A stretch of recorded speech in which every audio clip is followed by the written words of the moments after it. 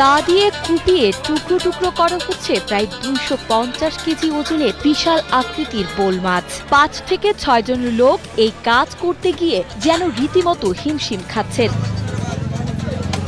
গত 3 March Saint Martin পশ্চিম সাগরে জেলের জালে আটকা পড়েছে এই প্রায় 250 কেজি ওজনের দানবাকৃতির বোল মাছটি। টেকনাফ বোটঘাট থেকে সাগরে জীবিকার সন্ধানে বের হওয়া মোহাম্মদ রাসেলের মালিকানাধীন একটি মাছ ধরার ট্রলারে ঘেরা জালে দক্ষিণ বঙ্গোপসাগর এলাকায় অপ্রত্যাশিতভাবে এই বিরল মাছটি আটকা পড়ে। টানা 2 দিন সাগরে অবস্থানের পর বৃহস্পতিবার দুপুরে ট্রলারটি টেকনাফ পৌরসভার কাউখালী বোটঘাটে ফিরে এলে বিশাল এই মাছটিকে এক নজর দেখতে স্থানীয় উৎসুক জনতা ঘাটে ভিড় জমায়। ঘাটে তোলার পরপরই স্থানীয় মাছ ব্যবসায়ী সিরাজুল ইসলাম ও তার অংশীদাররা মিলে আনুষঙ্গিক খরচ সহ প্রায় 3 লাখ টাকা দিয়ে এটি কিনে নেন। বোল মাছ একটা পড়ছে 180 কেজি, আর বাকি মাছ হয়েছে ছোটখাটো মাছ, এগুলো আপনার 150-200 মন পর্যন্ত হবে।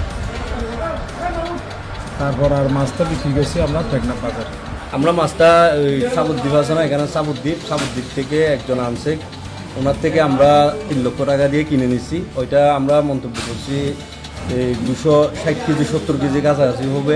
পরবর্তীতে সতেজতা ধরে রাখতে দ্রুততার সাথে সেটিকে আলগালি ফিশিং ফিশারিতে নিয়ে পর্যাপ্ত বরফ দিয়ে সংরক্ষণ করা হয়। গত বছর পবিত্র রমজান মাসেও ঠিক একই ধরনের একটি বিশাল বোল মাছ কেটে বিক্রির সফল অভিজ্ঞতা থেকে এবারও শুক্রবার জুম্মার নামাজের পর টেকনাফ পাইলট উচ্চ বিদ্যালয় মাঠ সংলগ্ন ব্যস্ত বাজারে এটি কেটে সাধারণ ক্রেতাদের জন্য বাজার দর অনুযায়ী খুচরা মূল্যে বিক্রি করা হয়, যা স্থানীয় ভোজন রসিকদের মধ্যে ইতিমধ্যেই ব্যাপক উৎসাহের সৃষ্টি করেছে।